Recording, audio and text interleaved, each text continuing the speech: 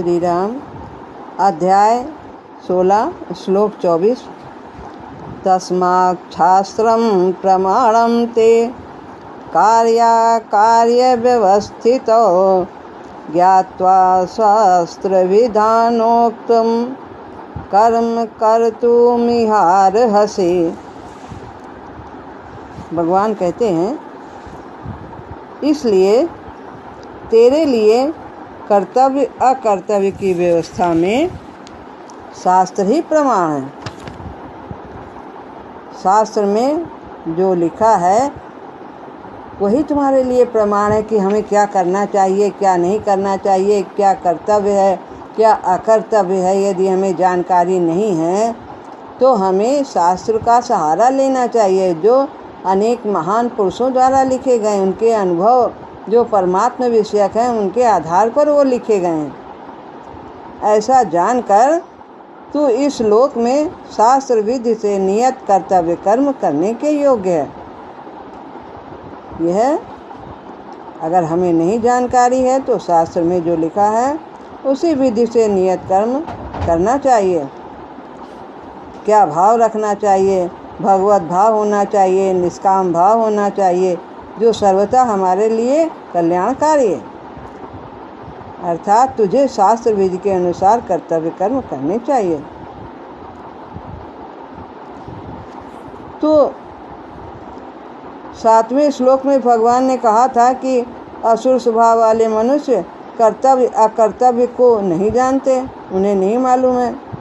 उसमें जिसमें उन्हें सुख मिलता है, जिसमें मान मिलता है, उसी को कार्य को वो करने के लिए तैयार रहते हैं, और जिसमें कष्ट होता है उसको वो नहीं करते। जिसमें कहीं खर्च करना होगा तो वो काम क्रोध लोभ मोह के वशीभूत होकर वो नहीं करते। जिसमें लाभ है वही कार्य करते हैं। यहाँ भगवान बताते हैं कि असुर स्वभाव वाले शास्त्र के अनुसार आचरण बता रहे हैं भगवान कि जो हमारा असुर स्वभाव है, ये विकारों की जो प्रधानता है, वो कैसे मिटेगा। जो हमने पहले भाव करके जो हमने संस्कार बनाए हैं निम्न कोटि के, तो वो कैसे जाएगा। तो कहते हैं भगवान कि शास्त्र के अनुसार आचरण करने से ये हमारा आसुर स्वभाव मिट जाएगा। जो लिखा है कि हमें ऐसे उपासना किस प्रकार से करनी है, भगवान की उपासना किसकी उपासना करनी है, राम नाम का जाप करना है, हमें भगवान की सेवा में अपने जीवन को अर्पण करना है। हर कर्म के द्वारा जो करणीय कर्म हैं वो हमें करने चाहिए और भगवत भाव से करना चाहिए, भगवान की आज्ञा का पालन करते हुए करना चाहिए। अब प्रश्न उठता है कि जो पढ़े नहीं हैं, जिनको पढ़ना नहीं आता है, शास्त्र की जानकारी वो कैसे करें, कैसे जाने कि शास्त्र में क्या लिखा है। बहुत से ऐसे व्यक्ति हैं जो नहीं जानते पढ़ना लिखना। तो बताते हैं यदि उनका अपने कल्याण का उद्देश्य होगा कि हम कैसे करें, हमको तो कुछ आता नहीं है, क्या करें, क्या करना चाहिए, क्या नहीं करना चाहिए, पर हम अपना कल्याण चाहते हैं कि हमें भी भगवान की प्राप्ति हो जाए। यदि उनके मन में ये भाव होगा तो वे अपने कर्तव्य का ज्ञान उन्हें स्वतः हो जाएगा। अंदर प्रभु बैठे हैं सबके, वो स्वतः ही हमें इस ओर चलो उस ओर चलो इशारा देते रहते हैं प्रभु। लेकिन हमारे मन में संकल्प कैसा है, हम चाहते क्या हैं, क्या पाना चाहते हैं, संसार को पाना चाहते हैं कि भगवान को पाना चाहते। क्योंकि वो जो ज्ञान स्वतः ही हो जाएगा, क्योंकि आवश्यकता आविष्कार की जननी है। यदि हमें आवश्यकता है तो रास्ता अवश्य मिल जाएगा, स्वयं निकाल देंगे प्रभु। हमारा योगक्षेम ग्रहण करते हैं जो उनकी शरणागत होता है, जिसके अंदर लगन है प्रभु पाने की, पुकार है। यदि अपने कल्याण का उद्देश्य नहीं होगा तो शास्त्र पढ़ने पर भी कर्तव्य का ज्ञान नहीं होगा।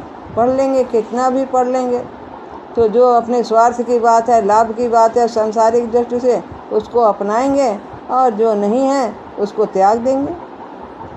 पढ़ लेंगे, शास्त्र पढ़ा और उल्टा अपने अंदर अहंकार बढ़ा लिया। अरे हम तो इतना जानते हैं, हमें तो सब याद है, सब गीता याद है, पूरी श्लोक याद हैं, और रामायण याद है, कंठस्थ वेद पुराण याद है। ये सब कह करके आचरण में चाहे कुछ भी ना हो, लेकिन हम सब जानते हैं। ऐसा जानना किस काम का। तो जिनके आचरण शास्त्र के अनुसार होते हैं, ऐसे संत महापुरुषों के आचरणों और वचनों के अनुसार चलना भी शास्त्र के अनुसार ही चलना है। वास्तव में देखा जाए तो जो महापुरुष परमात्म तत्व को प्राप्त हुए हैं, उनके आचरणों, आदर्शों, भावों आदि से ही शास्त्र बनते हैं। उनके आचरण दैवी संपदा से युक्त होते हैं और वे ही इस प्रकार शास्त्र का निर्माण करते हैं।